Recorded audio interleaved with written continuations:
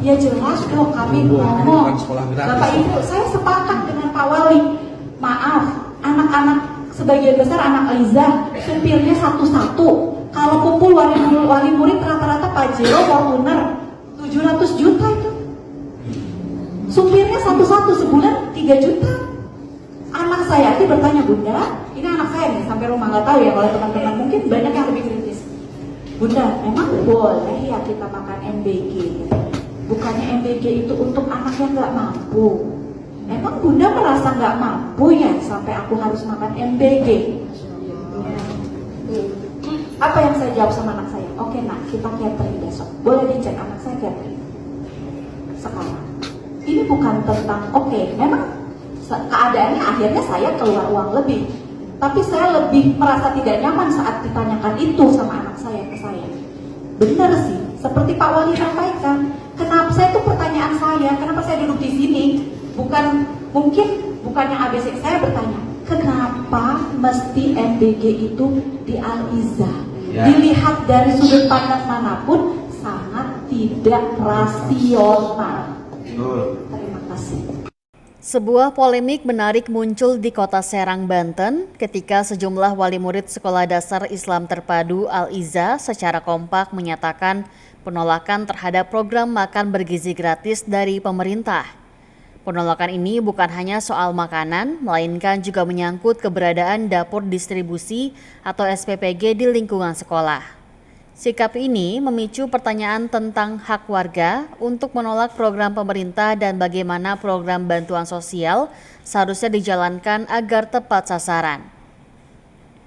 Berikut adalah rangkuman 5 fakta kunci di balik penolakan wali murid SDIT Al-Iza terhadap program MBG. 1. Alasan ekonomi jadi pertimbangan utama. Inti penolakan ini adalah pertimbangan kemampuan ekonomi. Wali murid menilai bahwa mayoritas siswa SDIT Al-Iza berasal dari keluarga mampu. Sekolah ini memiliki sumbangan pembinaan pendidikan atau SPP dan biaya masuk yang tergolong besar, bahkan mencapai belasan juta rupiah. Menurut Baim Aji, perwakilan wali murid, jika merasa sudah mampu membiayai pendidikan dan gizi anak, program MBG seharusnya dialihkan ke sekolah yang siswanya lebih membutuhkan. 2. Mereka minta MBG dialihkan ke sekolah yang lebih membutuhkan. Wali murid bukan menolak programnya secara keseluruhan, tetapi mereka meminta agar fokus implementasi MBG dialihkan ke sekolah negeri atau sekolah swasta kecil yang siswanya berasal dari keluarga kurang mampu. Logikanya, program ini akan jauh lebih tepat sasaran dan memberikan dampak gizi yang signifikan bagi anak-anak yang benar-benar kesulitan mendapatkan asupan gizi seimbang setiap hari. 3. Penolakan meluas hingga ke pembangunan dapur MBG.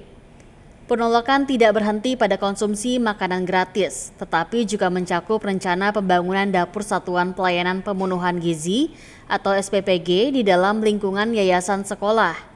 Wali murid khawatir keberadaan dapur ini akan menimbulkan masalah baru, seperti potensi bau, sampah, dan mengganggu aktivitas belajar.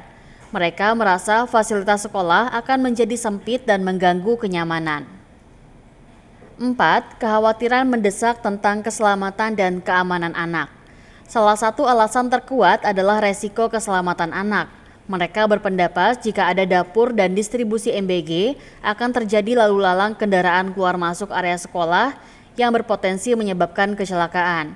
Selain itu, peningkatan aktivitas dan penggunaan fasilitas untuk distribusi dapat memaksa anak-anak keluar dari area aman atau membuat fasilitas internal menjadi semakin sempit sehingga meningkatkan resiko keselamatan dan keamanan.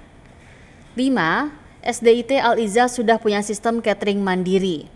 Fakta lain yang mendukung penolakan adalah sistem yang sudah berjalan. Siswa SDIT Al-Iza selama ini sudah memiliki layanan catering sendiri yang disepakati dengan pihak sekolah jauh sebelum program MBG muncul. Dengan adanya sistem yang sudah mapan dan sesuai dengan standar yang diinginkan wali murid, program baru yang tidak sejalan dengan sistem yang ada dianggap tidak perlu dan justru mengganggu.